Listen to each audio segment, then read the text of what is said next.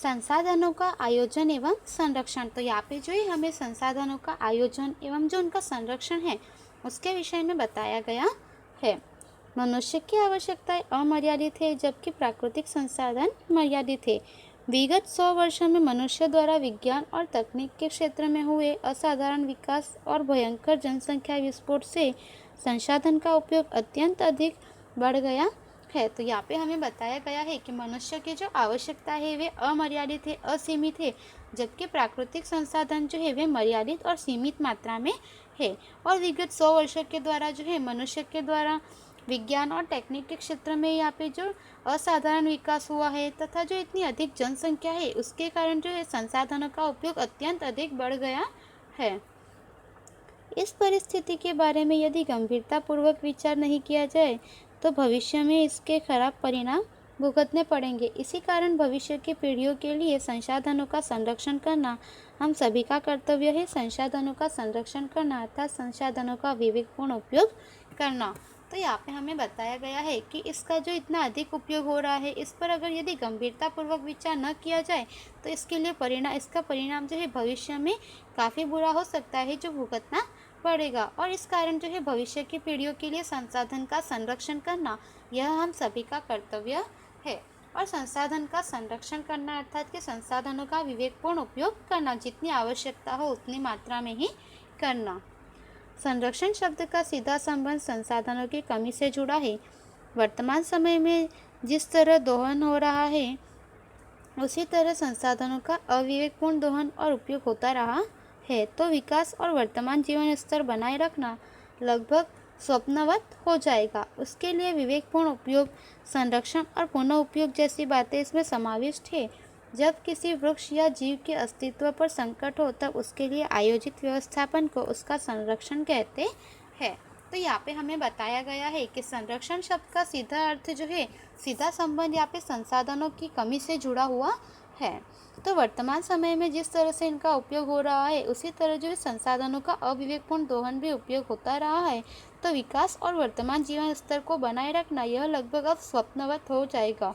उसके लिए जो है इन सभी संसाधनों का विवेकपूर्ण उपयोग करना, संरक्षण करना तथा पुनः उपयोग जैसी जो बातें हैं उनमें समाविष्ट हो कि संसाधनों का एक बार उपयोग करने के बाद पुनः किया जाए।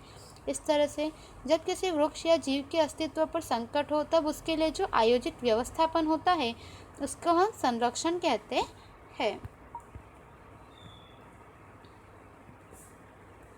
संसाधन के आयोजन और संरक्षण के लिए आवश्यक तथ्यों को विस्तारपूर्वक समझें। सबसे पहले किसी एक प्रदेश या देश को एक इकाई मानकर उसके द्वारा उपयोग में लिए गए अब तक बिन उपयोगी और संभावित संसाधनों की उपलब्धि एवं विशेषता के बारे में जानकारी प्राप्त करना। तो यहाँ पे हमें बताया गया है कि सबसे पहले किसी एक प्रदेश या देश को जो है एक इकाई मानकर उसके द्वारा उपयोग में लिए गए जो है अब तक बिन उपयोगी संसाधन और संभावित संसाधनों की उपलब्धि एवं उसकी विशेषता क्या है उसके विषय में जानकारी प्राप्त करना। जिन संसाधनों का प्रमाण मर्यादित तथा अनवीनीकरणीय है उसका वैज्ञानिक रूप से दोहन करना एवं उसका उपयोग अनिवार्य हो तभी करना। तो यहाँ पे हमें बताया गया है कि जिन संसाधनों का मात्रा जो है वह सीमित मात्रा में है, मर्यादित या अनवीनीकरणीय है, उन्हें फिर से जो है हम उत्पादन उनका नहीं कर सकते ऐसे है तो ऐसे जो है उनका वैज्ञानिक रूप से दोहन करना चाहिए एवं जो है उनका उपयोग जो आवश्यकता हो, अनिवार्य हो तो ही करना। जिन संसाधनों की मात्रा बढ़ाई जा सकती है उनके विकास के लिए प्रयत्न करना। तो यहाँ पे आगे हमें बताया गया है कि जो संसाधन ऐसे हैं जिनकी यहाँ पे मात्रा बढ़ाई जा सकती है उनके लिए हमें प्रयत्न करना चाहिए, जैसे जंगल वगैरह जो है तो इनके लिए हमें प्रयत्न करना चाहिए कि किस प्रकार से इन संसाधनों की मात्रा बढ़ाई जाए। जो संसाधन वर्तमान में सरलता या सहजता से उपलब्ध हो उसे बिगाड़ने के बदले भावी आवश्यकता के लिए मितव्ययितापूर्वक बचाना चाहिए। तो यहाँ पे हमें बताया गया है कि जो संसाधन जो है वर्तमान में सरलता तथा सहजता से उपलब्ध हो उसे बिगाड़ने के बदले जो है हमें भावी पीढ़ी के लिए आवश्यकता के लिए मितव्ययितापूर्वक बचाना चाहिए। जैसे कि पानी जो है अभी वर्तमान समय में हमें सरलता और सहजता से प्राप्त होता है परंतु इसे भविष्य के लिए जो है बचा कर रखना और इसका मितव्ययितापूर्वक उपयोग करना यह हमारा एक कर्तव्य है।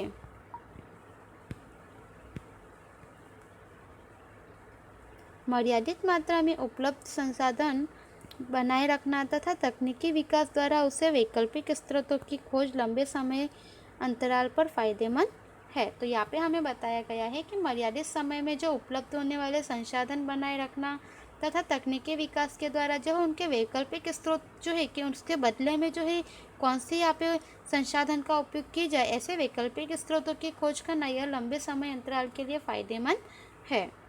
संसाधनों के संरक्षण के लिए शासन द्वारा आवश्यक कानून एवं नियम बनाकर उसका अमल करना चाहिए। तो यहाँ पे आगे हमें बताया गया है कि संसाधनों के संरक्षण के लिए जो है शासन के द्वारा आवश्यक कानून एवं नीति नियम बनाकर उसका अमल करना चाहिए। नागरिकों को संसाधन के विवेकपूर्ण उपयोग से जुड़ी सभी बातों से अवगत होकर जन जागृति लानी चाहिए। तो आगे हमें बताया गया है कि नागरिकों को जो है संसाधन का उपयोग किस प्रकार से करना तथा उसका विवेकपूर्ण उपयोग करना, इससे जुड़े हुए सभी बातों को जानना, उससे अवगत होना तथा सभी लोगों में जो है इस प्रकार के जो है कार्यक्रम वगैरह करना, जिसकी वजह से लोगों में यह जागृति आए कि हमारे पास जो संसाधन है जो कि मर्यादित मात्रा में है उनका उपयोग जो है मित्रतापूर्वक और विवेकपूर्ण करना, इसके संबंध में जो है लोगों में जन जागृति लाना चाहिए। तो इस तरह से यहाँ पे जो है हमने संसाधन के संरक्षण के विषय में जाना। अब जमीन निर्माण के विषय में हम अगले वीडियो में जानेंगे। धन्यवाद।